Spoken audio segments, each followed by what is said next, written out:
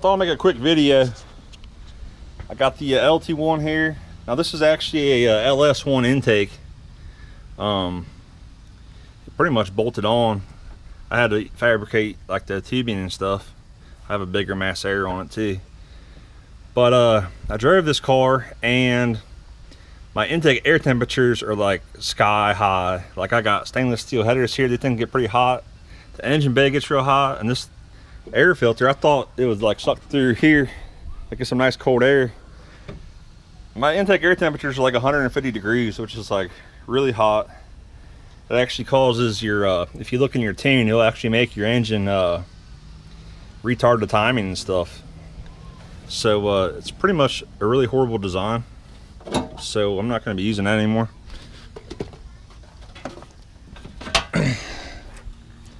So I picked up a factory Pontiac Ram Air intake off a LS car. Now I'm going to try to make this work on this LT car.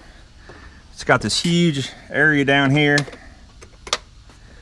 where it sucks in air, and I think that will line up perfectly with the holes in the hood.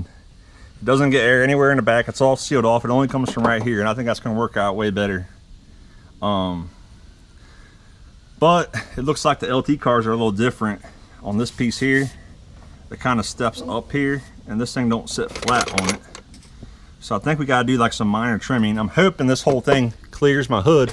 It's a Ram Air hood, so it's a little taller than normal, your average Firebird hood. So I'm gonna do some trimming on it, make it fit. I'm gonna trim off just like this flat section here, this little skinny right here. I'm gonna trim that off, and then where this is actually kind of flat here, then this one here is a little taller. Same on this side. I'm gonna trim. I'm actually probably gonna trim this too. I'm gonna trim this and this and this, and then these two. I think that will be enough to make it sit nice and flat. So I got my cutoff wheel here. I'm gonna get to it and we'll see how it looks when I'm done. All right, so I got this all trimmed up. It's kind of ugly, but you'll never see it, so it doesn't really matter. It looks pretty good. This little piece of plastic here, I'm gonna clean this up. I just kind of half cut it to make sure it fits. This used to go up over just a little bit. It's kind of in the way, so I just kind of trimmed it to meet like this front edge. This shouldn't really affect anything. So now I think it looks pretty decent. I did have to go to the hardware store to get some longer bolts. Stock bolts won't reach. I'm gonna use the two outside holes. There's 4. If you wanted to, you could like drill and tap these, but honestly this will hold it just fine. So I'm gonna go ahead and throw them in, and then we'll try to figure out something with this ductwork here. So there it is, all bolted down. Probably go back later and like paint these black so they don't stand out as much.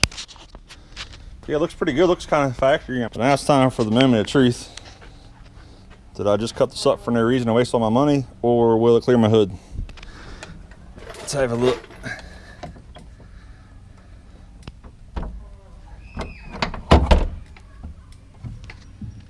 Looks like it is actually hitting a little bit. It's real minor though. It's almost all the way down. Okay, so the hood did hit. I had to do some trimming on it. All this here I cut out, and then this used to come up here. There was like a thin piece that came up on the sides. I cut that out. I probably could have stopped like right here, but I thought it looked cleaner if I just took all the way down to the bottom. So this here is actually the top piece of the hood. That's actually like that you can see on the outside. That's cut out around the inside, and that should clear the air cleaner. It's real close on these corners. The hood happens to come down like right here.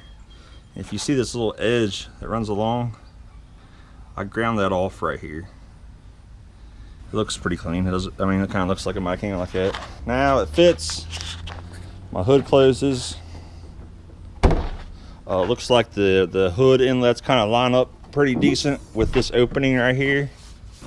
All I gotta do now is plumb this to my throttle body. So this lid actually has, I know a lot of guys, they get like the SLPs and stuff. I think on my application that would actually be a performance decrease. Reason being, they're made to work with the factory mass airflow sensor. Most of them are anyway. And your factory mass air, I don't know if you can see it, it's pretty restrictive. It's more restrictive than like your stock throttle body. It's the most restrictive thing in your intake. It's not super big. So what I did is I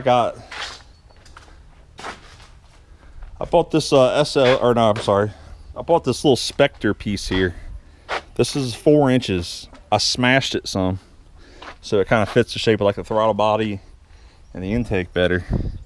And this is a just a mass airflow out of a newer car. It's out of like a newer Cobalt. I had a 2010 Camaro SS and it actually used the exact same one also. But yeah, you can compare. This thing's gonna flow way more air than the stock one down there.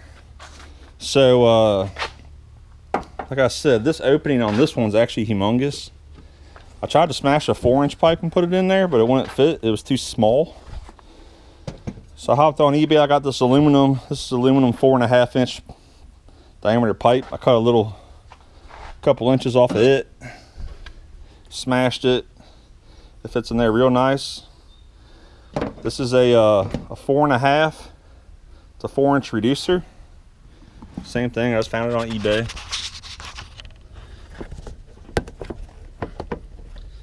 That's gonna fit on it like that. And then my mass air, it has an arrow on it, what direction's what.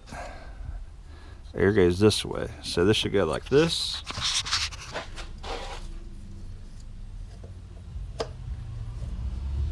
Something like that. I just got the straight 4-inch piece here. Unfortunately, I just grabbed a black one. I guess I wasn't really thinking about how long I need it to be. I got a red one. It's long enough, I can use that for now. I'll get a black one and make it match later, I guess. But yeah, it's gonna be pretty good. We got a lot of, this is the Ram Air one off the LS car, and it's got a pretty big opening right here. I did have to trim my hood and stuff, but if you got one, just a regular one, it doesn't have quite as big of an opening, that would fit a lot better. But I'm glad I made it work because I like the extra Ram Air from. I got a Ram Air hood. I might as well get the most Ram Air I can get. So plug that back in. The other thing I have to do, so stock, this slid on the back of that on an LS car. And this right here is my intake air temperature sensor. I want to pull that out. I'm going to drill a hole in this lid. I'm going to stick it like right here. That should be pretty nice and clean. I got a plug right here. Should work pretty good. This newer mass air, it actually does have an intake air temperature sensor in it, but it seems like it reads a little warmer. I like the separate one. And then when you're tuning, I'll tune this car. I got to tune the mass air, and then to tune the map sensor, because it can run off either. I want to tune that also, and the best way to do that is to unplug this. And if your intake air is on there, then you need the intake air plugged in still, so it's kind of hard to when they're together like that. That's why I like to have them separate. But I'm gonna go ahead and pop this out and see what size hole that is, and I'll get this I'll get this lid drilled. Okay, so I drilled me a 3/4 inch hole right here. I got my little grommet in there, and this just pushes in like that. Okay, so to go back over what we did here and why we did it, I had this intake on here. This is a steel radiator support here that K&N sells with their kit. We got this filter here that mounts in about the same location. All the heat pouring off your engine bay, heat rises and ends up going right there. That filter can suck from this metal gets hot. It can suck from off this hot metal on the bottom, the heat on the top of the hood up here, all around. It's just, like I said, my intake air temperatures are like over 150 degrees, which when they get that high, they start retarding your timing and making your engine run not as good as it should. This, by contrast, it's made out of plastic. Plastic does not hold heat like steel does. It only sucks air right here. It doesn't suck anywhere else. This is the only opening. It has to come from the front. And all the heat's back there. And this is a pretty good size, and it actually fits pretty tight in this little cutout here. So I don't think a ton of heat's going to come from the back forward. And if it did, it would have to loop around like this. But we're going to have a ton of fresh air coming through these vents. And I think especially when you're moving, it's really going to pump some air in there. And I'll go ahead and we'll get this running. And I'll put my HP tuners on there. And we'll see what kind of difference it makes to my intake air temperatures. The other thing I was kind of curious of, with that intake, I took like a little piece of paper or something, I set it up against here, and like it wasn't sucking through this at all. I wonder if it will now with this. That'd be kind of interesting to see. Let's go ahead and fire this thing up and see what it looks like. This thing is so sweet now. You can actually feel the air getting sucked in. There's like a little piece of paper I had. Look, it holds it up against it. I'll turn it off, it falls down. So yeah, this is awesome. It's getting nice cold air. And this is still through a paper filter. It ain't even like a K&N filter. I bet you we lowered our intake air temperature by at least 50 or 70 degrees. I mean, that's a huge difference. So I've had the car out here idling for about 20 minutes. Engine temperature is at 181. Intake air is 100 degrees. So it's about 80 outside, so it's about 20 over the ambient temperature. Right now with the old intake, it would be at 150. Just the heat under the hood, sitting out here idling. It would be. I dropped my intake air temperatures 50 degrees, which is pretty significant. It's 2/3 of what it used to be. So you would think a K&N intake, that would be like a performance part, but it definitely really makes your car run worse than stock. So I would not recommend that intake. But I'm really happy with how it runs now. Now this is sitting here in the driveway. I bet you it's sucking so much air through that hood. I bet you if I was out on the streets getting that cold air hitting it, I bet you I might even be below ambient. I'm not going to take it for a drive right now, but I'm pretty happy with it, man. It was a good change.